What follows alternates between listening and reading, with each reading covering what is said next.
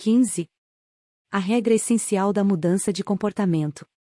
No final dos anos 1990, um funcionário de saúde pública chamado Stephen Luby deixou sua cidade natal de Omaha, Nebraska, e comprou uma passagem só de ida para Karachi, Paquistão. Karachi era uma das cidades mais populosas do mundo. Em 1998, mais de 9 milhões de pessoas a chamavam de lar. Era o centro econômico do Paquistão e um eixo de transporte, com alguns dos aeroportos e portos marítimos mais ativos da região. Nas áreas comerciais da cidade, você encontra todas as comodidades urbanas padrão e movimentadas ruas centrais. Mas Karachi também era uma das cidades menos habitáveis do mundo. Mais de 60% dos moradores de Karachi viviam em loteamentos clandestinos e favelas. Esses bairros densamente povoados eram repletos de casas improvisadas feitas de tábuas velhas, blocos de concreto e outros materiais descartados. Não havia sistema de coleta de lixo, rede elétrica nem abastecimento de água potável. Quando secas, as ruas eram uma combinação de poeira e lixo.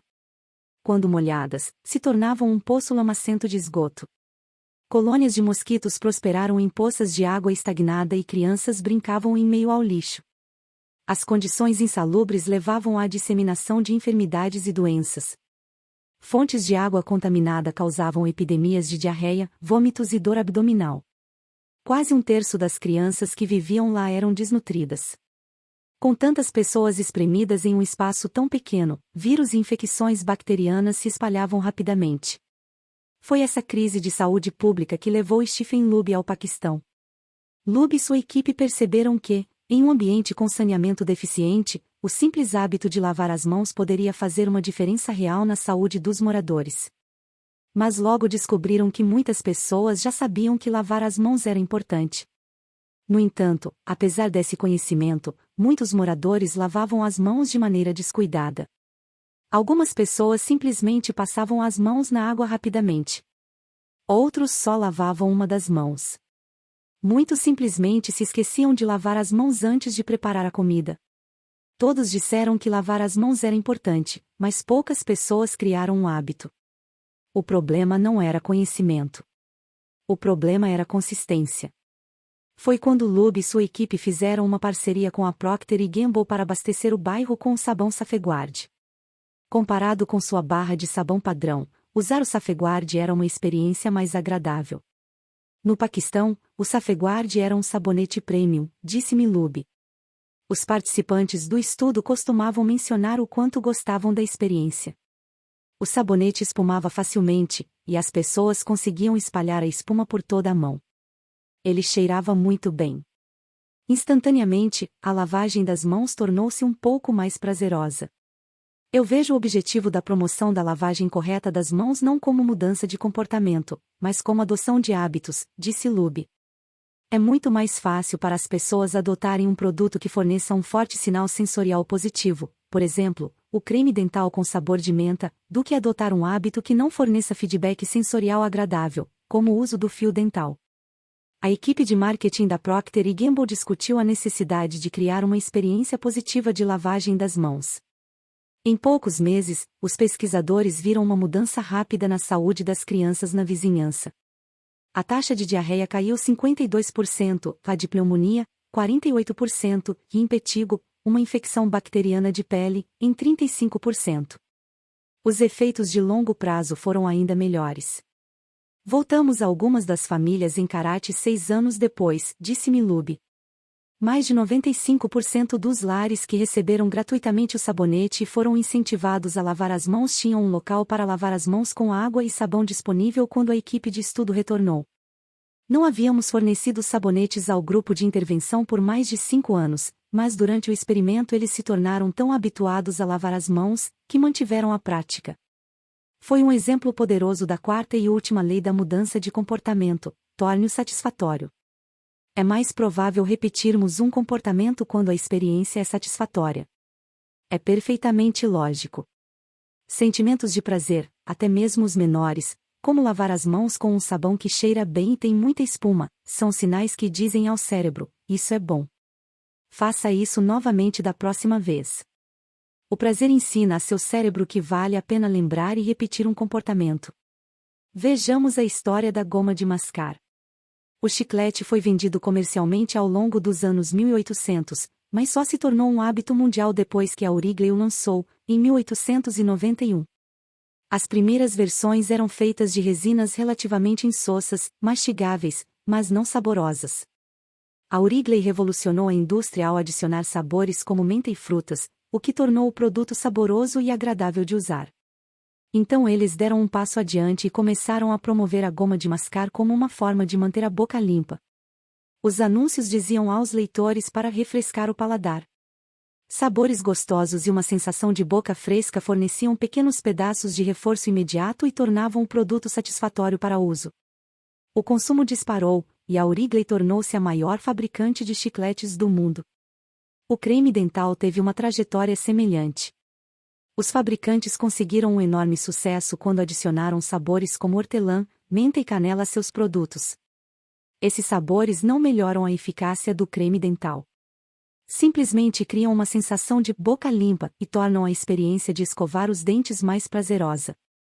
Minha esposa parou de usar Sensodyne porque não gostava do sabor. Ela mudou para uma marca com um sabor de menta mais forte, que provou ser mais satisfatório. Por outro lado, se uma experiência não é satisfatória, temos poucas razões para repeti-la. Em minha pesquisa, me deparei com a história de uma mulher que tinha um parente narcisista que a deixava louca. Em uma tentativa de passar menos tempo com esse egomaníaco, ela agia da forma mais chata e tola possível sempre que ele estava por perto. Depois de alguns encontros, ele começou a evitá-la porque a achava desinteressante demais. Histórias como essa são evidências da regra essencial de mudança de comportamento: o que é recompensado é repetido. O que é punido é evitado. Você aprende o que fazer no futuro com base no que foi recompensado, ou punido, por fazer no passado. Emoções positivas cultivam hábitos. Emoções negativas os destroem. As 3 primeiras leis da mudança de comportamento: torne-o claro, torne-o atraente e torne-o fácil, aumentam as chances de que um comportamento seja executado desta vez. A 4ª lei da mudança de comportamento: torne-o satisfatório, aumenta as chances de que um comportamento se repita da próxima. Isso completa o ciclo de hábitos. Mas há um segredo. Nós não estamos procurando por qualquer tipo de satisfação. Estamos à procura de satisfação imediata. O descompasso entre a recompensa imediata e a tardia. Imagine que você é um animal que vaga pelas planícies da África, uma girafa, um elefante ou um leão. Em qualquer dia, a maioria de suas decisões tem um impacto imediato. Você está sempre pensando no que comer, onde dormir ou como evitar um predador. Está constantemente focado no presente ou no futuro muito próximo. Vive no que os cientistas chamam de ambiente de recompensa imediata porque suas ações proporcionam instantaneamente resultados claros e imediatos. Agora volte para seu eu humano. Na sociedade moderna, muitas das escolhas que você faz hoje não o beneficiam imediatamente. Se fizer um bom trabalho, receberá um cheque de pagamento em algumas semanas. Se você se exercitar hoje, talvez não esteja acima do peso no ano que vem. Se economizar dinheiro agora, talvez tenha o suficiente para a aposentadoria daqui a décadas. Você vive no que os cientistas chamam de ambiente de recompensa tardia porque pode ter que trabalhar por anos antes de que suas ações proporcionem a recompensa pretendida. O cérebro humano não evoluiu para a vida em um ambiente de recompensa tardia. Os primeiros fósseis de humanos modernos, conhecidos como Homo sapiens sapiens, têm aproximadamente 200 mil anos de idade. Esses foram os primeiros humanos a ter um cérebro relativamente semelhante ao nosso. Em particular, o neocórtex, a parte mais nova do cérebro e da região responsável por funções superiores, como a linguagem, tem mais ou menos o mesmo tamanho há 200 mil anos. Você dispõe do mesmo hardware que seus ancestrais paleolíticos. Apenas recentemente, nos últimos 500 anos, a sociedade mudou para um ambiente predominantemente de recompensa tardia. Em comparação com a idade do cérebro, a sociedade moderna é nova em folha. Nos últimos 100 anos, vimos o surgimento dos automóveis, do avião, da televisão, do computador pessoal, da internet, do smartphone e da Beyoncé. O mundo se transformou muito nos últimos anos, mas a natureza humana, pouco. Semelhantes a outros animais da savana africana, nossos ancestrais passavam seus dias respondendo a graves ameaças, garantindo a próxima refeição e refugiando-se de uma tempestade. Faz sentido atribuir um valor alto na gratificação instantânea. O futuro distante era menos importante. E depois de milhares de gerações em um ambiente de recompensa imediata, nosso cérebro evoluiu para preferir retornos rápidos aos de longo prazo. Economistas comportamentais referem-se a essa tendência como inconsistência de tempo. Isto é, a forma como o cérebro avalia as recompensas é inconsistente ao longo do tempo. 2 Você valoriza o presente mais que o futuro. Normalmente, essa tendência nos serve bem. Uma recompensa certa agora normalmente vale mais do que uma meramente possível no futuro. Mas, ocasionalmente, nosso viés em relação à gratificação instantânea causa problemas. Porque alguém fuma se sabe que aumenta o risco de câncer de pulmão. Porque alguém come demais quando sabe que aumenta o risco de obesidade. Porque alguém faz sexo desprotegido se sabe que pode resultar em infecção sexualmente transmissível.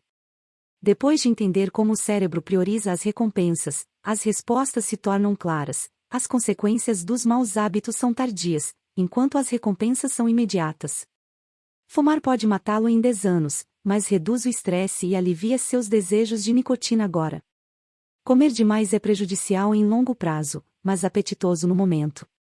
Sexo, seguro ou não, proporciona prazer imediato. Doenças e infecções não se manifestam por dias, semanas ou mesmo anos. Todo hábito produz múltiplos resultados ao longo do tempo. Infelizmente, esses resultados costumam estar desalinhados. Com nossos maus hábitos, o resultado imediato geralmente parece bom, mas o resultado final é ruim. Com bons hábitos é o inverso, o resultado imediato é desagradável, mas o resultado final é bom. O economista francês Frédéric Bastiat explicou claramente o problema quando escreveu: quase sempre acontece que, quando a consequência imediata é favorável, as tardias são desastrosas e vice-versa. Muitas vezes, quanto mais doce é o primeiro fruto de um hábito, mais amargos são seus frutos posteriores. Em outras palavras, os custos de seus bons hábitos estão no presente. Os de seus maus hábitos, no futuro. A tendência do cérebro de priorizar o momento presente significa que você não pode confiar em boas intenções. Quando faz um plano, para perder peso, escrever um livro ou aprender um idioma, você está realmente fazendo planos para o seu futuro. E quando imagina como quer que sua vida seja, é fácil ver o valor em tomar ações com benefícios em longo prazo. Todos queremos vidas melhores para nossos futuros eus. No entanto, quando chega o momento da decisão, a gratificação instantânea geralmente ganha. Você não está mais fazendo uma escolha para o você futuro que sonha em ser mais capaz, mais rico ou mais feliz.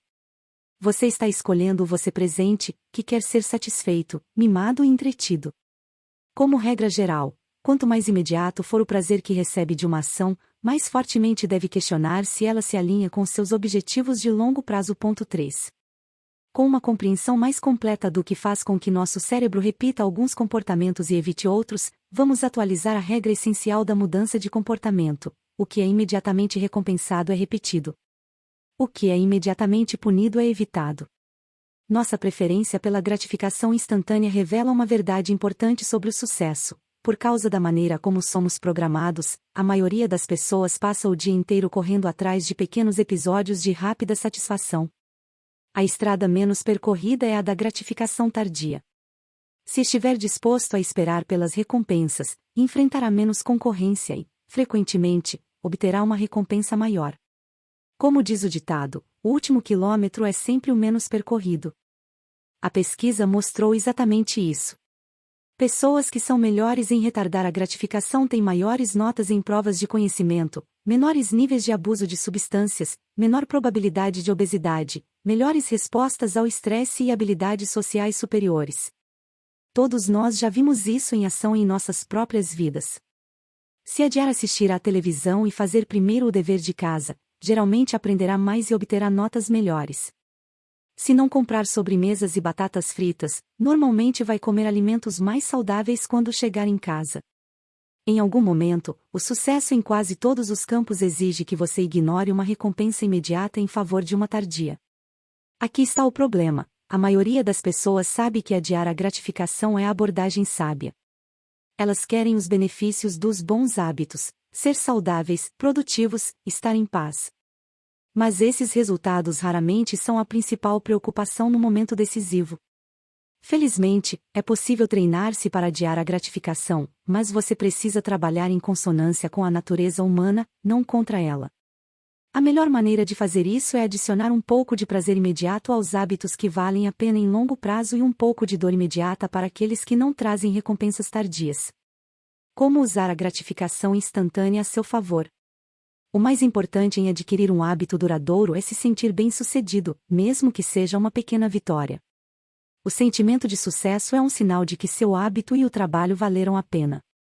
Em um mundo perfeito, a recompensa por um bom hábito é o próprio hábito. No mundo real, bons hábitos tendem a valer a pena apenas depois de terem lhe proporcionado alguma coisa. No começo, tudo é sacrifício. Você já foi à academia algumas vezes, mas não está mais forte, mais capaz ou mais rápido, pelo menos, não de modo perceptível. Apenas alguns meses depois, quando perder alguns quilos ou seus braços ganharem um pouco de definição, torna-se mais fácil se exercitar por si mesmo. No começo, você precisa de um motivo para permanecer no caminho certo. É por isso que as recompensas imediatas são essenciais. Elas o deixam animado enquanto as tardias vão se acumulando no plano de fundo. O que estamos realmente falando, ao tratar das recompensas imediatas, é do fim de um comportamento. O término de qualquer experiência é essencial, porque tendemos a nos lembrar mais dela do que de outras fases. Você quer que o final do seu hábito seja satisfatório. A melhor abordagem é usar o reforço, que se refere ao processo de usar uma recompensa imediata para aumentar a taxa de um comportamento. O empilhamento de hábitos, que abordamos no capítulo 5, vincula seu hábito a um estímulo imediato, tornando-o claro no início. O reforço vincula seu hábito a uma recompensa imediata, o que o torna satisfatório no final. O reforço imediato pode ser especialmente útil ao lidar com hábitos de evitação, que são os comportamentos que você quer parar de fazer. Pode ser um desafio manter hábitos como não fazer compras frívolas ou não beber álcool este mês, porque nada acontece quando se deixa de beber no happy hour ou não se compra aquele par de sapatos. Pode ser difícil sentir-se satisfeito quando não há ação em primeiro lugar. Tudo o que está fazendo é resistir à tentação, e não há muita satisfação nisso. Uma solução é inverter a situação. Você precisa tornar a evitação visível. Abra uma conta poupança e a nomeie com algo que deseja comprar, talvez jaqueta de couro. Sempre que conseguir evitar gastar em alguma coisa, coloque a mesma quantia de dinheiro na conta.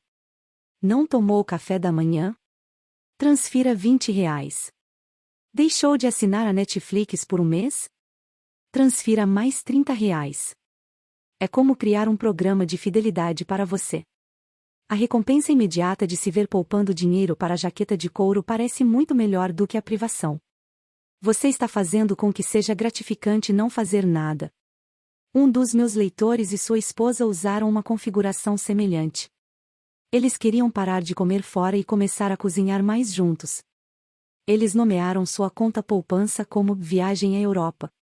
Sempre que deixavam de ir a um restaurante, transferiam $50 para essa conta. No final do ano, eles tinham juntado dinheiro para as férias. Vale a pena notar que é importante selecionar recompensas de curto prazo que reforcem seu senso de identidade e não aquelas que o contrariam.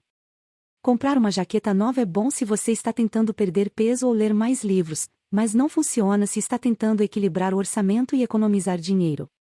Em vez disso, tomar um banho de espuma ou passear tranquilamente é um bom exemplo de se recompensar com o tempo livre, que se alinha com seu objetivo final de maior liberdade e independência financeira. Da mesma forma, se sua recompensa por se exercitar for comer uma tigela de sorvete, você está depositando votos para identidades conflitantes, o que é perda de tempo.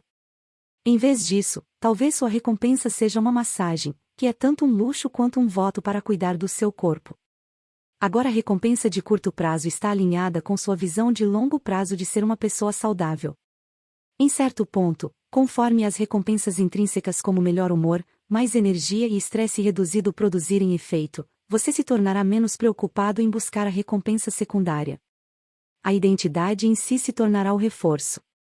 Você repete a ação porque está em consonância com sua identidade, e é bom ser você.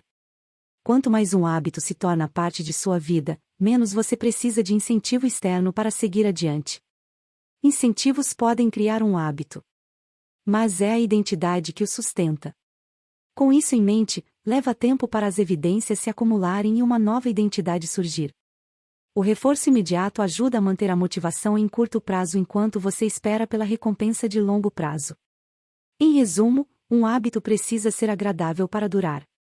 Pequenos reforços, um sabonete cheiroso, uma pasta de dentes refrescante ou juntar R$ 500 na sua conta poupança, podem oferecer o prazer imediato de que você precisa para desfrutar de um hábito.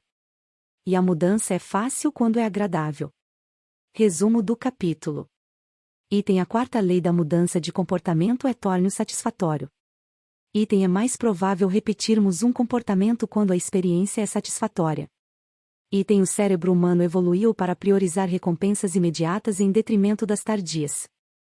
Item: a regra essencial da mudança do comportamento é: o que é imediatamente recompensado é repetido.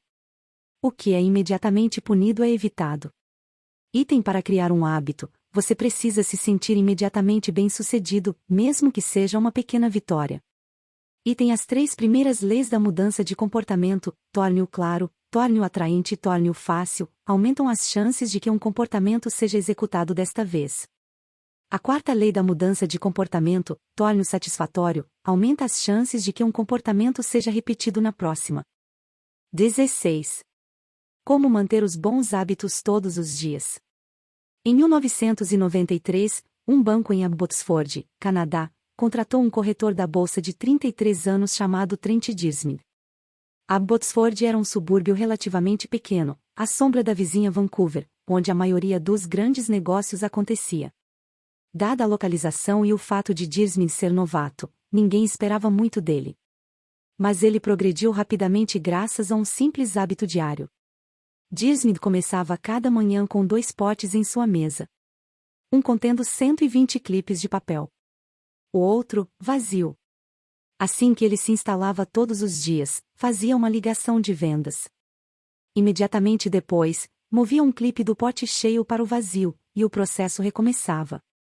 Todas as manhãs eu começava com 120 clipes de papel em um pote e continuava fazendo ligações até que todos fossem transferidos para o segundo pote, ele me disse. Dentro de 18 meses, Dirsmid gerava uma receita de $5 milhões para a empresa. Com 24 meses de casa, ele ganhava $75 mil por ano, o equivalente a $125 mil atualmente. Não muito tempo depois, ele conseguiu um emprego ganhando 6 dígitos em outra empresa. Gosto de me referir a essa técnica como estratégia do clipe de papel e, ao longo dos anos, ouvi histórias de leitores que a empregaram de várias maneiras. Uma mulher transferia um grampo de um recipiente para outro sempre que escrevia uma página de seu livro. Outro homem movia uma bolinha de gude de uma caixa para outra depois de cada série de flexões. Fazer progressos é satisfatório, e as medições visuais, como mover clipes de papel, grampos de cabelo ou bolinhas de gude, fornecem evidências claras de seu progresso. Como resultado, elas reforçam seu comportamento e proporcionam um pouco de satisfação imediata a qualquer atividade. A medição visual tem muitos tipos: diários de alimentação, registros de treino, cartões de fidelidade perfurados, a barra de progresso em um download de software, até mesmo a quantidade de páginas em um livro. Mas talvez a melhor maneira de medir seu progresso seja usar um rastreador de hábitos. Como manter seus hábitos nos trilhos? O rastreador de hábitos é uma maneira simples de avaliar se um hábito foi criado. O formato mais básico é pegar um calendário e riscar cada dia que cumprir sua rotina. Por exemplo, se você meditar na segunda, quarta e sexta-feira, cada uma dessas datas terá um X conforme o tempo passa, o calendário torna-se um registro de sua rotina de hábitos. Inúmeras pessoas criam registros para rastrear seus hábitos, mas talvez o mais famoso tenha sido Benjamin Franklin. Começando aos 20 anos, Franklin carregava um livrinho por onde andava e o usava para rastrear 13 virtudes pessoais. Essa lista incluía metas como: não perca tempo, sempre esteja engajado em algo útil e evite conversas insignificantes. No final de cada dia, Franklin abria seu livreto e registrava seu progresso. Dizem que Jerry Seinfeld usa um rastreador de hábitos para manter sua rotina de escrever piadas. No documentário Comedian, ele explica que seu objetivo é simplesmente nunca quebrar a corrente de escrever piadas todos os dias. Em outras palavras, Ele não está focado na qualidade da piada em particular ou no quanto se sente inspirado. Seu único foco é apenas estar presente e aumentar sua corrente. Não quebre a corrente é um mantra poderoso. Não quebre a corrente de ligações de venda e você construirá uma carteira de negócios de sucesso. Não quebre a corrente de exercícios e entrará em forma mais rápido do que imagina. Não quebre a corrente de criar todos os dias e acabará com um portfólio impressionante. O rastreamento de hábitos é um método poderoso pois potencializa múltiplas leis da mudança de comportamento. Ele torna ao mesmo tempo o comportamento claro, atraente e satisfatório. Vamos detalhar cada um desses benefícios. Benefício 1. O rastreamento de hábitos é claro. Registrar sua última ação estabelece um gatilho que pode iniciar a próxima. O rastreamento de hábitos cria naturalmente uma série de sinais visuais como um X no seu calendário ou na lista de refeições em seu diário de alimentação. Ao olhar para o calendário e perceber a corrente, você será lembrado a agir novamente. Pesquisas mostram que as pessoas que rastreiam seu progresso em metas como perder peso, parar de fumar e baixar a pressão arterial têm mais chances de melhorar do que aquelas que não o fazem. Um estudo com mais de 1.600 pessoas descobriu que aquelas que mantinham um diário de alimentação perdiam o dobro do peso daquelas que não o faziam. O simples ato de rastrear um comportamento pode desencadear o desejo de mudá-lo. O rastreamento de hábitos também o mantém honesto. A maioria de nós tem uma visão distorcida do próprio comportamento. Achamos que agimos melhor do que de fato agimos. A medição proporciona uma maneira de superar nossa cegueira em relação ao nosso comportamento e perceber o que realmente está acontecendo todos os dias. Um olhar para os clipes de papel no pote e você imediatamente sabe quanto esforço está, ou não, depositando. Quando a evidência está bem na sua frente, é menos provável que minta para si mesmo. Benefício 2. O rastreamento de hábitos é atraente. A forma mais eficaz de motivação é o progresso. Quando identificamos um sinal de que estamos avançando, ficamos mais motivados a continuar nesse caminho. Assim, o rastreamento de hábitos tem um efeito viciante na motivação. Cada pequena vitória alimenta seu desejo. Isso pode ser particularmente poderoso em um dia ruim. Quando você está se sentindo para baixo, é fácil esquecer todo o progresso já feito. O rastreamento de hábitos fornece uma prova visual de seu trabalho árduo, um lembrete sutil do quanto já conquistou. Além disso, o quadrado vazio no calendário todas as manhãs o motiva a começar, porque você não quer perder todo o seu progresso quebrando a corrente. Benefício 3. O rastreamento de hábitos é satisfatório. Esse é o benefício mais crucial de todos. O rastreamento pode se tornar sua própria forma de recompensa. É satisfatório riscar um item de sua lista de afazeres, concluir uma série da ficha de treino ou marcar um X no calendário. É bom ver seus resultados crescerem, o tamanho do seu portfólio de investimentos, a extensão do manuscrito do seu livro, e, se a sensação for agradável, você tem mais chances de seguir em frente. O rastreamento de hábitos também ajuda a se concentrar na meta. Você está focado no processo e não no resultado. Você não está obcecado em conquistar um abdômen sarado, está apenas tentando manter a corrente viva e se tornar o tipo de pessoa que não perde os treinos. Em resumo, o rastreamento de hábitos, 1. Cria uma sugestão visual que lhe lembra de agir. 2. É inerentemente motivador porque você vê o progresso que está fazendo e não quer perdê-lo. E 3. Se sente satisfeito sempre que registra mais uma ocorrência de seu hábito. Além disso, o rastreamento de hábitos fornece uma prova visual que endossa o tipo de pessoa que você deseja se tornar, o que é uma forma prazerosa de gratificação imediata e intrínseca. 1. Você pode estar se perguntando, se o rastreamento de hábitos é tão útil, por que esperei tanto para falar dele? Apesar de todos os benefícios, esperei até agora por uma simples razão: muitas pessoas resistem à ideia de rastreamento e medição. Pode parecer complicado porque é preciso criar dois hábitos, o hábito que está tentando construir e o de rastreá-lo. Contar calorias parece mais um transtorno quando você já tem dificuldade em seguir uma dieta. Anotar todas as ligações de vendas parece entediante quando se tem trabalho a fazer. Parece mais fácil dizer, vou comer menos, me esforçarei mais ou me lembrarei de fazer isto. As pessoas inevitavelmente me dizem coisas como, tenho um diário de decisão, mas gostaria de usá-lo mais, ou, registrei meus treinos por uma semana, mas depois parei. Já estive nessa situação. Certa vez fiz um diário de alimentação para rastrear as calorias ingeridas. Consegui fazer isso por uma refeição e depois desisti.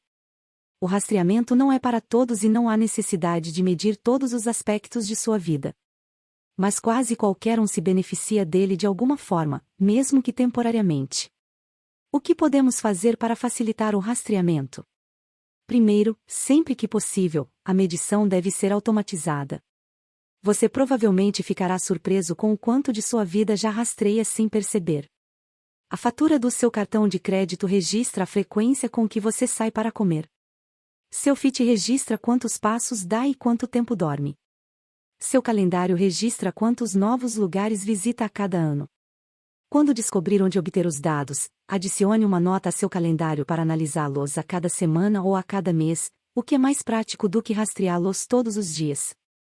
Em segundo lugar, o rastreamento manual deve ser limitado a seus hábitos mais importantes. É melhor rastrear consistentemente um hábito do que esporadicamente 10. Finalmente, registre cada medida imediatamente após o hábito. A conclusão do comportamento é o estímulo para anotá-lo. Essa abordagem permite combinar o método do empilhamento de hábitos mencionado no capítulo 5 e o rastreamento de hábitos. A fórmula de empilhamento de hábitos mais rastreamento de hábitos é: depois de hábito atual hífen, eu irei rastrear meu hábito hífen. Exemplos.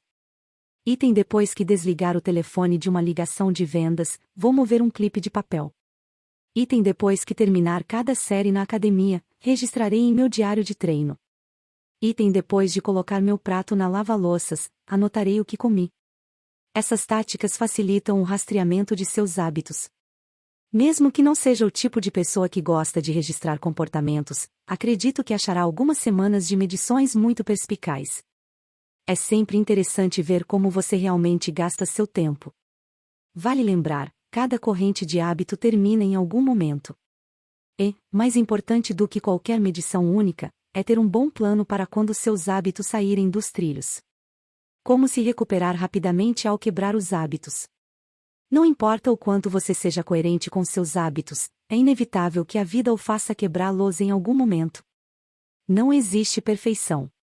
Em pouco tempo, uma emergência surgirá, você fica doente, precisa viajar a trabalho ou sua família precisa de um pouco mais de seu tempo.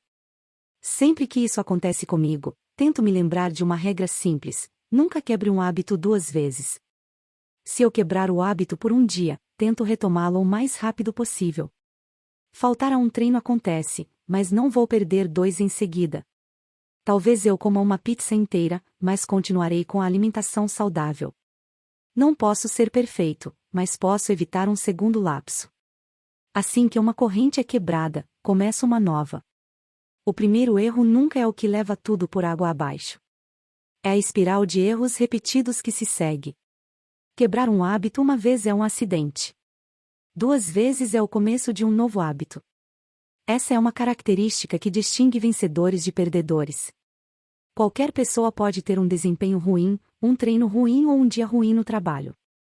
Mas quando as pessoas de sucesso falham, elas se recuperam rapidamente. A quebra de um hábito não importa se a recuperação for rápida.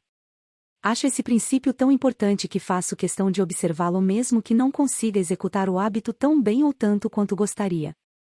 Muitas vezes, caímos em um ciclo de tudo ou nada com nossos hábitos. O problema não é escorregar, é pensar que, se não puder fazer algo com perfeição, é melhor nem fazer. Você não percebe o quanto é valioso simplesmente estar presente nos seus dias ruins, ou ocupados. Os dias perdidos o prejudicam mais do que os de sucesso o ajudam.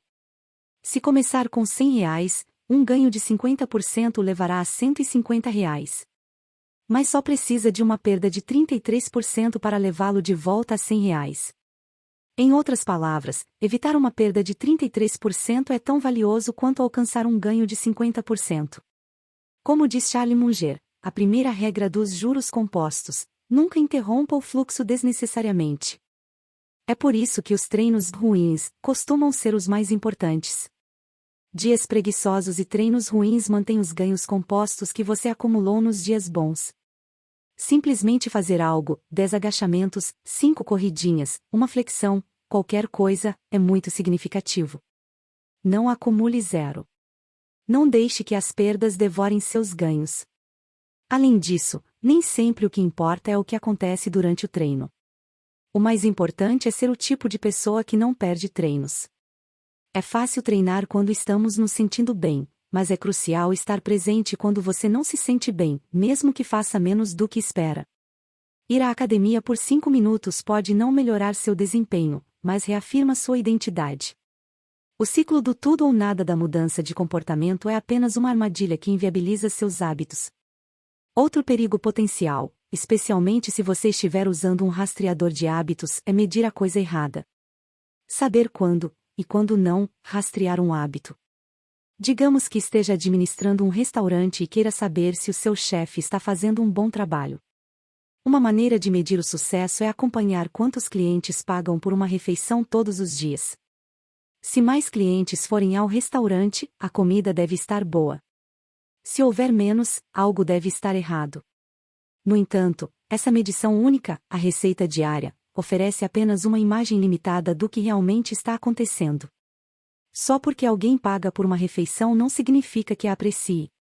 Mesmo os clientes insatisfeitos dificilmente jantam e saem correndo. Na verdade, se você está apenas medindo a receita, a comida pode estar piorando, mas você está compensando isso com marketing, descontos ou algum outro método. Em vez disso, pode ser mais eficaz monitorar quantos clientes terminam sua refeição ou talvez a porcentagem de clientes que deixam uma gorjeta generosa.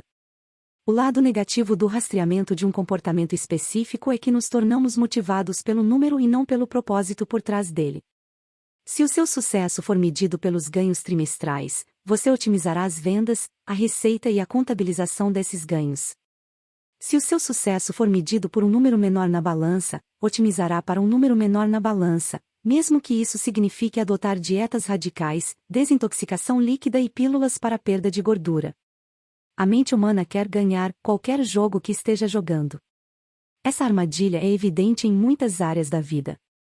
Nós nos concentramos em trabalhar longas horas em vez de fazer um trabalho significativo.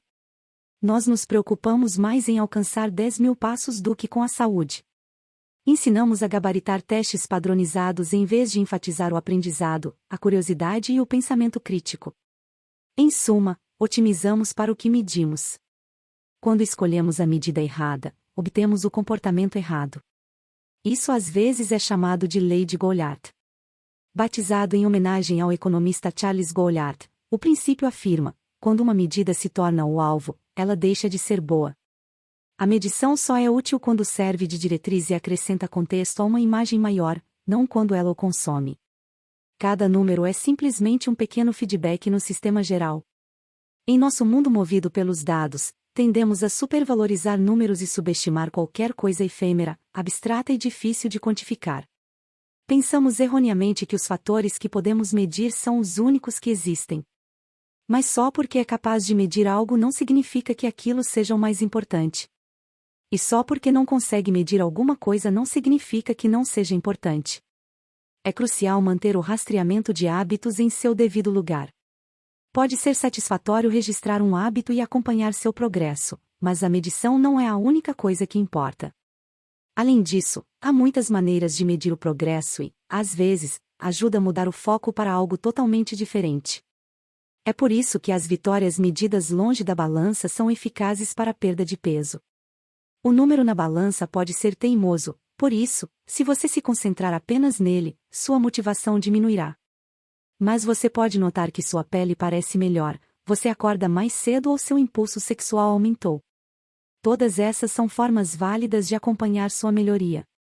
Se não estiver se sentindo motivado pelo número mostrado na balança, talvez seja a hora de se concentrar em uma medida diferente, uma que lhe forneça mais sinais de progresso. Não importa como você mede seus avanços, o rastreamento de hábitos oferece uma maneira simples de torná-los mais satisfatórios. Cada medição fornece mais uma evidência de que está se movendo na direção certa em um breve momento de prazer imediato por um trabalho bem feito. Resumo do capítulo. Item 1 dos sentimentos mais satisfatórios é a sensação de progresso. Item: o método do rastreamento de hábitos é uma maneira simples de avaliar se criou um hábito, como marcar um X em um calendário. Item: ferramentas de rastreamento de hábitos e outras formas visuais de medição podem tornar seus hábitos satisfatórios, fornecendo evidências claras de seu progresso. Não quebre a corrente. Mantenha seu hábito vivo. Item: não quebre um hábito 2 vezes. Se perder um dia, retome o mais rápido possível. Item: só porque você consegue medir algo não significa que seja o principal. 17. Como um parceiro de responsabilidade pode mudar o jogo? Depois de servir como piloto na Segunda Guerra Mundial, Roger Fisher frequentou a Faculdade de Direito de Harvard e passou 34 anos se especializando em negociação e gestão de conflitos. Ele fundou o Harvard Negotiation Project, o projeto de negociação de Harvard, em tradução livre, se trabalhou com vários países e líderes mundiais em resoluções de paz, crises de reféns e compromissos diplomáticos. Mas foi nos anos 1970 e 1980, quando a ameaça da guerra nuclear se intensificou, que Fisher desenvolveu talvez sua ideia mais interessante. Na época, Fisher estava focado em projetar estratégias para impedir uma guerra nuclear, e havia notado um fato preocupante. Todo presidente em exercício teria acesso aos códigos de lançamento capazes de matar milhões de pessoas, mas nunca veria ninguém morrer, porque sempre estaria a milhares de quilômetros de distância. Minha sugestão foi bastante simples, escreveu ele, em 1981. Coloque esse código nuclear em uma pequena cápsula e implante-a ao lado do coração de um voluntário. Essa pessoa carregaria consigo uma grande e afiada faca de açougueiro e acompanharia o presidente. Se alguma vez o presidente quisesse disparar armas nucleares, a única maneira de fazê-lo seria, primeiro com as próprias mãos, matar um ser humano. O presidente diria: George, me desculpe, mas dezenas de milhões devem morrer. Ele tem que olhar para uma pessoa de carne e osso e perceber o que é a morte de um inocente. Sangue no tapete da Casa Branca. É a realidade bem diante de seus olhos. Quando sugeri isso a amigos do Pentágono, eles disseram: meu Deus, isso é terrível. Ter que matar alguém distorceria o julgamento do presidente. Ele pode nunca apertar o botão. Enquanto tratava da quarta lei da mudança de comportamento, discorri sobre a importância de tornar bons hábitos imediatamente satisfatórios. A proposta de Fisher é uma inversão da quarta lei: torne-o imediatamente insatisfatório. Assim como estamos mais propensos a repetir uma experiência quando o final é satisfatório, também estamos mais propensos a evitar uma experiência quando o final é doloroso. A dor é uma professora eficaz. Se o fracasso é doloroso, ele é lembrado. Se é relativamente indolor, é ignorado. Quanto mais imediato e mais caro for o erro, mais rápido você aprenderá com ele. A ameaça de uma avaliação ruim de seu trabalho força um encanador a fazê-lo bem. A possibilidade de um cliente nunca retornar faz com que os restaurantes sirvam boa comida. O custo de cortar o vaso sanguíneo errado faz com que um cirurgião domine a anatomia humana e corte com cuidado. Quando as consequências são graves, as pessoas aprendem rapidamente. Quanto mais imediata a dor, menor a probabilidade do comportamento. Se quiser evitar maus hábitos e eliminar comportamentos não saudáveis, adicionar um custo instantâneo à ação é uma ótima maneira de reduzir sua probabilidade de ocorrência. Repetimos maus hábitos porque eles nos servem de alguma forma, e isso os torna difíceis de abandonar. A melhor maneira que conheço para superar essa situação é aumentar a velocidade da punição associada ao comportamento. Não pode haver uma lacuna entre a ação e as consequências. Assim que as ações incorrem em uma consequência imediata, o comportamento começa a mudar. Os clientes pagam suas contas no prazo quando são cobradas multas por atraso. Os alunos comparecem às aulas quando sua nota está vinculada à frequência. Superamos inúmeros obstáculos para evitar um pouco de dor imediata. Obviamente há um limite para isso. Se você confiará na punição para mudar o comportamento, então a força da punição deve corresponder à força relativa do comportamento que ela está tentando corrigir. Para ser produtivo, o custo da procrastinação deve ser maior que o da ação. Para ser saudável, o custo da preguiça deve ser maior que o do exercício. Ser multado por fumar em um restaurante ou por não reciclar acrescenta consequências a uma ação. O comportamento só muda se a punição for dolorosa o suficiente e aplicada de maneira consistente. Em geral, quanto mais local, tangível, concreta e imediata a consequência, maior é a probabilidade de influenciar o comportamento individual. Quanto mais global, intangível, vaga e tardia a consequência, menor é a probabilidade de influenciar o comportamento individual. Felizmente, há uma maneira direta de adicionar um custo imediato a qualquer mau hábito: criar um contrato de hábito. O contrato de hábito. A primeira lei a respeito do uso do cinto de segurança foi aprovada em Nova York em 1º de dezembro de 1984. Na época, apenas 14% das pessoas nos Estados Unidos usavam regularmente o cinto de segurança, mas isso estava prestes a mudar. Dentro de 5 anos, mais da metade do país tinha leis obrigando o uso do cinto de segurança. Hoje, usar cinto de segurança é obrigatório por lei em 49 de seus 50 estados. E não é apenas a legislação, o número de pessoas que usa cintos de segurança também mudou drasticamente. Em 2016, mais de 88% dos norte-americanos usavam cinto de segurança toda vez que entravam em um carro. Em pouco mais de 30 anos, houve uma reversão completa nos hábitos de milhões de pessoas. Leis e regulamentos são um exemplo de como o governo pode mudar nossos hábitos criando um contrato social. Como sociedade, concordamos coletivamente em obedecer a certas regras e em aplicá-las como grupo. Sempre que uma nova legislação impacta o comportamento, leis do cinto de segurança, proibição de fumar dentro de restaurantes, reciclagem obrigatória, é um exemplo de contrato social que molda nossos hábitos.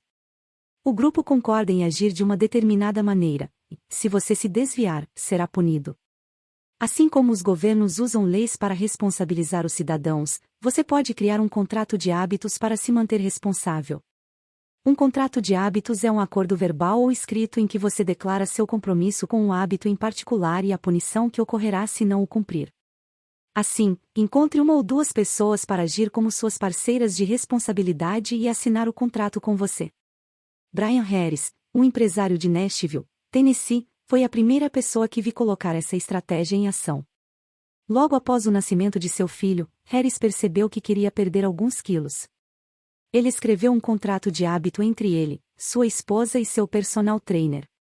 A primeira versão dizia: o objetivo número 1 de Brian para o primeiro trimestre, T1, de 2017 é começar a comer corretamente de novo para que se sinta melhor, tenha uma aparência melhor e seja capaz de atingir sua meta de longo prazo de chegar a 100 kg com 10% de gordura corporal. Abaixo dessa afirmação, Harris traçou um roteiro para alcançar seu resultado ideal. Item fase 1. Retome uma dieta restrita a carboidratos de absorção lenta em T1. Item fase 2. Inicie um programa estrito de rastreamento de macronutrientes em T2. Item fase 3. Refine e mantenha os detalhes de sua dieta e programa de exercícios em T3. Finalmente, ele registrou cada um dos hábitos diários que o levariam a seu objetivo. Por exemplo, anotar todos os alimentos que consumir todo dia e se pesar diariamente.